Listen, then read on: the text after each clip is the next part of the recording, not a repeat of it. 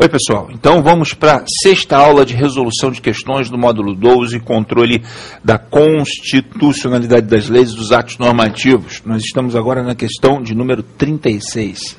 Lembrando que são 80 questões nessa bateria de testes. Questão 36. Marque a alternativa errada. Letra A. A Constituição formal é aquela que contém dispositivos que encerram matéria não essencialmente constitucional. Perfeito. Né? Mais uma vez, uma questão sobre tipologia constitucional, que tem tudo a ver com controle. Né? Constituição formal são aquelas outras matérias que não tratam desses três assuntos essenciais ao direito constitucional, materialmente constitucionais, como organização dos poderes, organização do Estado e direitos fundamentais. Letra B. A Constituição outorgada é imposta por um chefe de Estado. Também vimos isso, ao contrário da Constituição promulgada. Né? Letra C. A Constituição rígida é aquela que exige um procedimento legislativo especial para a modificação do seu texto. Perfeito. A rigidez estabelece uma série de limitações explícitas e implícitas ao poder de reforma do texto constitucional. Letra D. A Constituição escrita é aquela que se encontra codificada em um único texto solenemente estabelecido por um poder constituinte originário, né, senão ela não é escrita, é questão Constituição não escrita, é escrita condensada num único texto, uma única lei, promulgada na mesma data. A não escrita, fruto de vários textos esparsos. O único exemplo de Constituição não escrita que nós temos é a Constituição inglesa. Letra E. A Constituição analítica é aquela que trata apenas das normas materialmente constitucionais, analítica ou sintética ou concisa, ou, para alguns autores, negativa. Opção correta, opção E. Questão 36, opção E. Questão 37. Controle de constitucionalidade da lei pode dar-se de duas maneiras, por via de ação e por via de exceção. A via de exceção ou defesa, via incidental. Esse termo, via de defesa, eu tenho que tomar um certo cuidado com ele, porque dá a impressão de que só o réu pode arguir incidentalmente a inconstitucionalidade. Isso não é verdade. Por isso que eu não gosto muito desse termo, mas como de vez em quando aparece na prova, você tem que saber toda a sinomínia. Via de exceção, via de defesa, via incidental, né? Via concreta, são expressões sinônimas. Letra A. Só é exercitável à vista de um caso concreto de litígio posto em juízo. Está correto, correto. Depende do caso concreto. Letra B. Não é declaração de inconstitucionalidade de lei em tese, mas exigência imposta para a solução de um caso concreto. Perfeito, também está correto. Letra C. A decisão judicial nessa via opera efeitos em princípio somente entre as partes litigantes, nada modificando quanto às relações de terceiros. Em princípio, sim, sem a anuência do Senado. Está correta a opção C também, perfeita. Opção D. A declaração não é o objetivo principal da lide, mas incidente, consequência. Por isso que existe um outro pedido principal. Pode ser uma ação de despejo, uma ação trabalhista, enfim. E a opção E, todas as respostas anteriores estão corretas. O objetivo dessa questão, naturalmente, era fazer uma revisão sobre o chamado controle difuso, incidental. Então, todas estão corretas. A opção E é o gabarito da questão 37. Questão 38. Sobre a ação direta de inconstitucionalidade, assinale a opção correta. Letra A. Os efeitos da sentença que a julgar procedente serão necessariamente erga omnes. Os efeitos da sentença, perfeito, são essa é a ação direta, o efeito erga omnes. Letra B. Tem como característica principal atacar o vício da lei em tese e nunca em um processo concreto. Perfeito. Será sempre proposta no sistema concentrado e admite a concessão de medida liminar para suspender a execução de lei questionada. Todas as opções são verdadeiras. Opção E.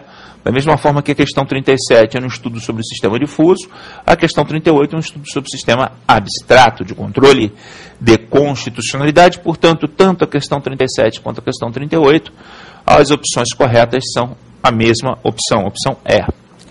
Questão 39. Tendo em vista o sistema de controle de constitucionalidade das leis adotado pela Constituição, analise a veracidade das frases. Primeira assertiva. O Supremo Tribunal Federal foi erigido à condição de guardião da Constituição da República, seja na via de ação ou na via de exceção ou defesa. Sim, é o último baluarte de defesa, tanto no controle concentrado quanto no controle difuso. No controle concentrado é o único, e no controle difuso é o último.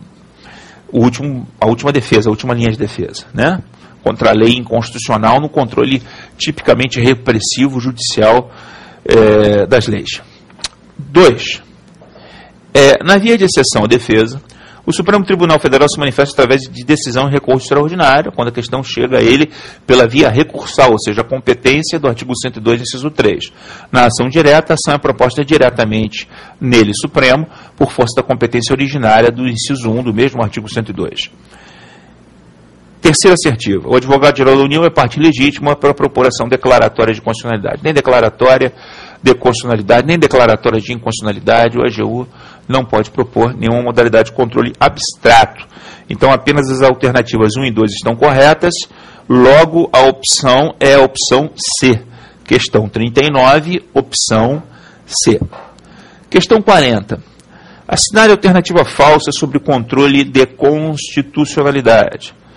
Sendo a Constituição superior às outras leis, se uma lei a contrariar, material e ou formalmente, deverá ser declarada inconstitucional. Perfeito, perfeito.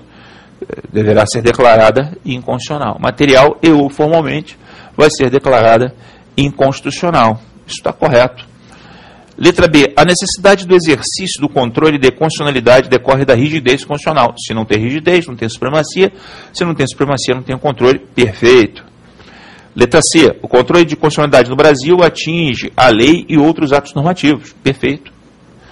Letra D. As constituições estaduais e as leis orgânicas dos municípios do Distrito Federal não estão sujeitas ao controle reservado. Claro que estão, né? Se contrariar a Constituição da República, a ADIM vai ser proposta no Supremo, às vezes por ofensa ao princípio da simetria, ou quase sempre por ofensa ao princípio da simetria. Então, a opção D de dado é a opção falsa, não é? E a opção E, o princípio da supremacia da Constituição é fundamental para a existência de um sistema de controle de constitucionalidade das leis e dos atos normativos infraconstitucionais. Perfeito, perfeito. Sem dúvida, sem supremacia, não há sistema de controle. Então, a opção 40, a questão 40, a opção correta é a letra D de dado. 40 D de dado, sem discussões. Questão 41. A ação declaratória de constitucionalidade, também conhecida como ação direta de constitucionalidade. Letra A. Decorre do não cumprimento pelo poder público de norma imposta pela Constituição. Não, isso é uma ação direta de inconstitucionalidade por omissão, né? Seria. Letra B. Somente pode ser proposta pelo Presidente da República ou pelo Procurador-Geral da República. Não mais. Agora, todos os legitimados do artigo 103, 1 a 9, podem propô-la. O artigo 103, parágrafo 4º, foi revogado pela emenda constitucional número 45, que deu uma nova redação ao caput desse mesmo artigo 103. Letra C. Não encontra fundamento no sistema pátrio, se não encontrasse, a gente não estaria falando dela. Letra D. Pode ser admitida por tribunais superiores para exame preliminar de questão de mérito prejudicial. Isso não faz nenhum sentido. E a opção é a correta. Trará decisões definitivas de mérito com efeitos vinculantes e oponíveis a todos, contra todos, né? RH11 e vinculantes, como a gente pode perceber na leitura do artigo 102, parágrafo 1º da Constituição. Portanto, a opção E é a única que traz uma característica verídica da ação declaratória de constitucionalidade. Diga-se de passagem que não só da ação declaratória de constitucionalidade, mas da ação direta de inconstitucionalidade, da ação da arguição de descumprimento de preceito fundamental, que são modalidades de controle abstrato, todas elas trazendo essa decisão com eficácia oponível a todos e vinculante aos demais órgãos do Poder Judiciário e da administração pública direta e indireta. A questão 41, portanto, ficou com a opção E. Vamos à questão 42. É competente para decidir a arguição direta de inconstitucionalidade de decreto de prefeito. Bom, decreto de prefeito aí é o TJ, é o Tribunal de Justiça. Naturalmente, aqui não há o que pensar. Não caberia nenhuma outra opção que não fosse Tribunal de Justiça. Portanto, em controle concentrado, quando uma lei municipal fere a Constituição do Estado, a competência do TJ, opção correta, questão 42, A, opção A. Questão 43. A legitimidade ativa para arguir a inconstitucionalidade por via de exceção ou defesa para arguir a inconstitucionalidade por via de exceção ou defesa, quem pode, né, provocar o judiciário, não é de qualquer órgão do Poder Judiciário, porque qualquer órgão do Poder Judiciário vai julgar, com exceção do Conselho Nacional de Justiça, repetindo, que não tem jurisdição, os demais órgãos do Poder Judiciário vão processar e julgar a arguição incidental. Então, a opção A é uma armadilha. A opção B, de todo aquele que sofrer lesão ou ameaça de lesão em virtude de do vício de inconstitucionalidade. Aí sim, aquele cara que satisfaz a condição jurídica para o exercício de direito de ação, seja pessoa natural, seja pessoa jurídica, vai ter essa possibilidade. A opção B é a correta. Mesa da Câmara dos Deputados do Senado Federal seria ADIM, Presidente da República, Governador do Estado também ADIM, Procurador da República também ADIM, ADIM aí como sinônimo de controle concentrado, abstrato, e a questão, ela no seu enunciado fala em controle difuso, de defesa, via de exceção. Então a B de bola é a única opção que representa corretamente todos aqueles que podem figurar no polo ativo como autores de uma arguição incidental de inconstitucionalidade. Questão 44. Quem, quando não for o autor, deverá ser ouvido previamente nas ações diretas de inconstitucionalidade propostas perante o Supremo Tribunal Federal? O Procurador-Geral da República vai ser ouvido. Aliás, a questão também está mal redigida. Quem, quando não for o autor, mesmo quando ele é o autor, ele vai ser ouvido, ele vai funcionar como custos legis, né? Ainda que o advogado-geral da União não advogue a tese de que a lei em questão é constitucional, mesmo que o advogado-geral da União entenda que a lei em questão é constitucional, o PGR, sendo o agente provocador, o processo vai para ele em considerações finais como custos legis, para atender os predicados do artigo 103, parágrafo 1º da Constituição.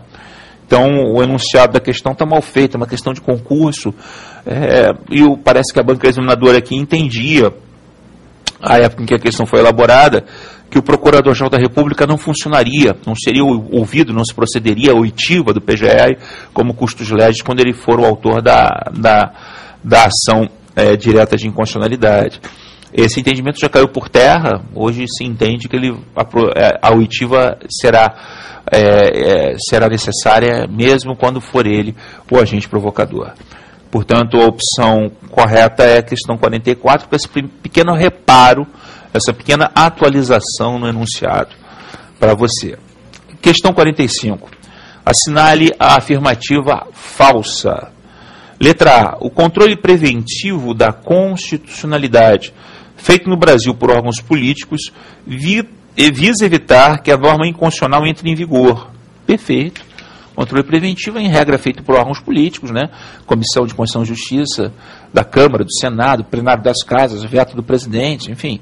E o objetivo é evitar que uma norma eivada de algum tipo de inconstitucionalidade, material ou formal, entre em vigor. Então, por isso que o controle é profilático, é preventivo. Letra B. O controle repressivo da constitucionalidade feito no Brasil por órgãos políticos visa eliminar do sistema jurídico a norma inconstitucional. O erro da letra B é que no Brasil o controle repressivo é feito primordialmente por órgãos judiciais, como o Supremo Tribunal Federal e os demais tribunais no controle difuso. Então a opção B peca por isso, né? Então a opção B parece ser a falsa, com certeza é a falsa. Vamos à opção C. O controle difuso de constitucionalidade caracteriza-se pela possibilidade de vários órgãos poderem verificar a adequação das leis e atos normativos à Constituição. Perfeito. Então, a definição aí precisa do controle difuso. Letra D. O controle concentrado de constitucionalidade caracteriza-se por apenas um órgão poder verificar a concordância das leis e atos normativos com os dispositivos constitucionais pertinentes. Perfeito também. Um órgão, no caso, o Supremo, guardião da Constituição da República, e o Tribunal de Justiça, guardião da Constituição Estadual, né? E a opção é: a Constituição Federal adota o sistema difuso implicitamente, através do recurso extraordinário, e o sistema concentrado explicitamente, artigo 102.1a, de controle de constitucionalidade de leis e atos normativos. Tranquilo. Então, a única opção falsa realmente aqui é a opção B de bola. Ok, gente? Então, estamos aí com mais uma aula de resolução de exercícios. Fica se repetindo, as coisas se repetem, mas é importante essa repetição.